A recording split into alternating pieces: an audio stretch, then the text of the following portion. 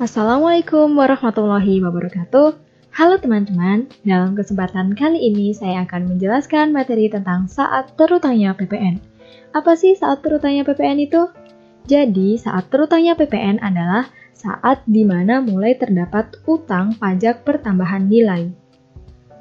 Nah, saat terutangnya PPN diatur dalam pasal 11 UU PPN 1984 dan dijabarkan dalam pasal 17 PP nomor 1 tahun 2012.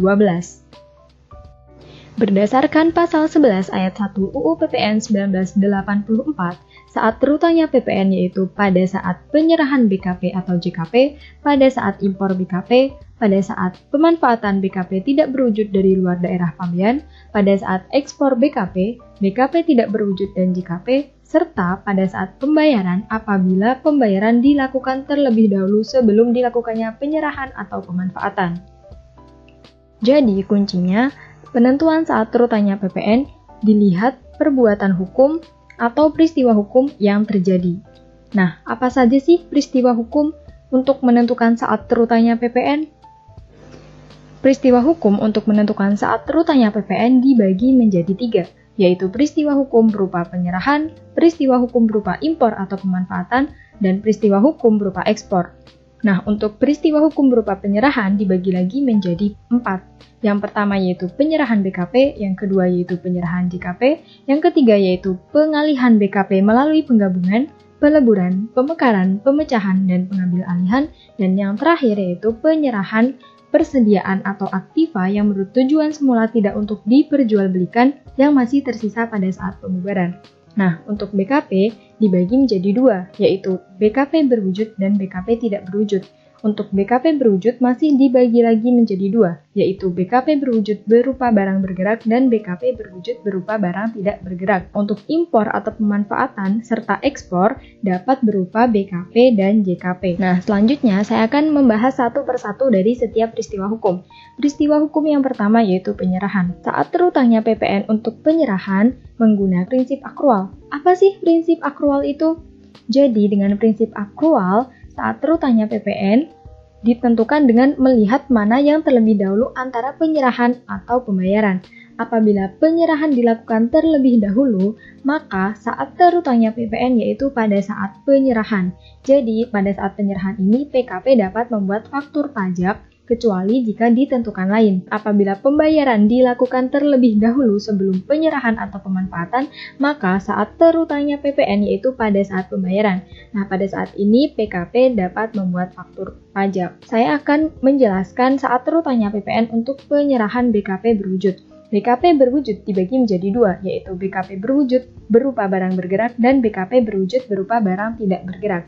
Nah, saat terutangnya PPN untuk penyerahan BKP berwujud berupa barang bergerak, yaitu pada saat BKP diserahkan langsung kepada pembeli untuk dan atas nama pembeli, kemudian ketika BKP diserahkan langsung kepada penerima untuk pemberian cuma-cuma atau pemakaian sendiri, serta untuk penyerahan dari pusat ke cabang atau sebaliknya serta penyerahan antar cabang.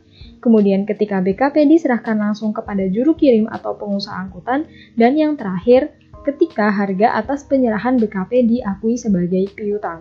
Saat terutangnya PPN untuk penyerahan BKP berwujud berupa barang tidak bergerak yaitu pada saat penyerahan hak untuk menggunakan atau menguasai BKP. Saat terutangnya PPN untuk penyerahan BKP tidak berwujud, yaitu pada saat harga atas penyerahan BKPTW diakui sebagai piutang atau pada saat diterbitkannya faktur pajak oleh PKP. Apabila saat harga atas penyerahan BKPTW diakui sebagai piutang atau saat diterbitkannya faktur pajak oleh PKP tidak diketahui, maka saat terutangnya PPN untuk penyerahan BKPTW yaitu pada saat kontrak atau perjanjian ditandatangani atau saat mulai tersedia fasilitas atau kemudahan untuk dipakai secara nyata baik sebagian maupun keseluruhan. Selanjutnya saya akan memberikan contoh penentuan saat terutangnya PPN untuk penyerahan. Apabila diterima pembayaran pada tanggal 29 Juli 2019, sedangkan barang baru diserahkan penjual ke kurir 1 Agustus 2019 dan barang baru diterima pembeli pada tanggal 14 Agustus 2019, maka saat terutangnya PPN yaitu pada tanggal 29 Juli 2019. Karena dalam case ini pembayaran dilakukan terlebih dahulu sebelum dilakukannya penyerahan atau pemanfaatan. Peristiwa hukum penyerahan yang kedua yaitu penyerahan JKP. Nah, saat terutanya PPN untuk penyerahan JKP yaitu pada saat harga atas penyerahan JKP diakui sebagai piutang atau pada saat diterbitkannya faktur pajak. Nah, apabila saat harga atas penyerahan JKP diakui sebagai piutang atau saat diterbitkannya faktur pajak tidak diketahui, maka saat terutanya PPN yaitu pada saat surat kontrak atau surat perjanjian ditandatangani. Sedangkan untuk pemberian cuma-cuma atau pemakaian sendiri JKP, saat terutanya PPN yaitu pada saat mulai tersedia fasilitas atau kemudahan untuk dipakai secara nyata, baik sebagian atau keseluruhan. Peristiwa hukum penyerahan BKP yang ketiga yaitu penyerahan BKP berupa persediaan dan atau aktiva yang masih tersisa pada saat pembubaran. Nah, untuk peristiwa hukum ini, saat terutanya PPN ditentukan dengan melihat mana yang lebih dahulu dari 4 peristiwa hukum berikut.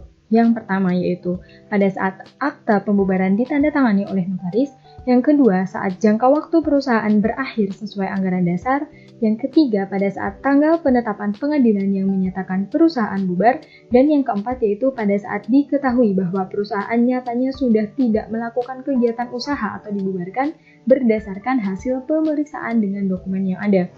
Kemudian peristiwa hukum penyerahan yang terakhir yaitu pengalihan BKP melalui penggabungan, peleburan, pemekaran, dan pengambil alihan usaha.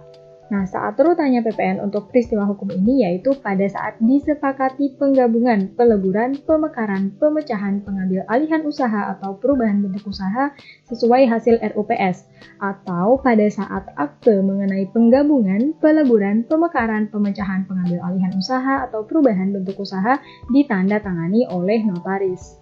Selanjutnya untuk peristiwa hukum yang kedua yaitu peristiwa hukum berupa impor. Nah, untuk impor BKP, saat terutanya PPN yaitu pada saat BKP dimasukkan ke dalam daerah pabean. Kemudian, untuk pemanfaatan BKP-TW dan atau JKP dari luar daerah pabean, saat terutanya PPN ditentukan dengan melihat mana yang lebih dulu dari 3 peristiwa hukum berikut. Peristiwa hukum yang pertama yaitu pada saat harga perolehan BKP-TW dan atau JKP dinyatakan sebagai utang oleh pihak yang memanfaatkan. Kemudian yang kedua yaitu pada saat harga jual BKP-TW dan atau penggantian JKP ditagih oleh pihak yang menyerahkan. Dan yang ketiga yaitu pada saat harga perolehan BKP-TW dan atau JKP dibayar sebagian atau seluruhnya oleh pihak yang memanfaatkan. Nah, apabila 3 peristiwa hukum ini tidak diketahui, maka saat terutanya PPN untuk pemanfaatan BKP-TW dan atau JKP dari luar daerah pabean yaitu pada saat tanggal surat kontrak atau surat perjanjian ditandatangani. Selanjutnya untuk peristiwa hukum yang terakhir yaitu peristiwa hukum berupa ekspor. Untuk ekspor BKP berwujud saat terutanya PPN yaitu pada saat BKP berwujud dikeluarkan dari daerah pabean. Kemudian untuk ekspor JKP saat terutanya PPN yaitu pada saat penggantian jasa yang diekspor diakui sebagai piutang atau penghasilan. Untuk ekspor BKP tidak berwujud saat terutanya PPN yaitu pada saat harga BKP-TW diakui sebagai piutang atau penghasilan. Oke, baiklah teman-teman, demikian tadi penjelasan mengenai saat terutanya PPN. Semoga bermanfaat. Terima kasih sudah menyaksikan. Wassalamualaikum warahmatullahi wabarakatuh.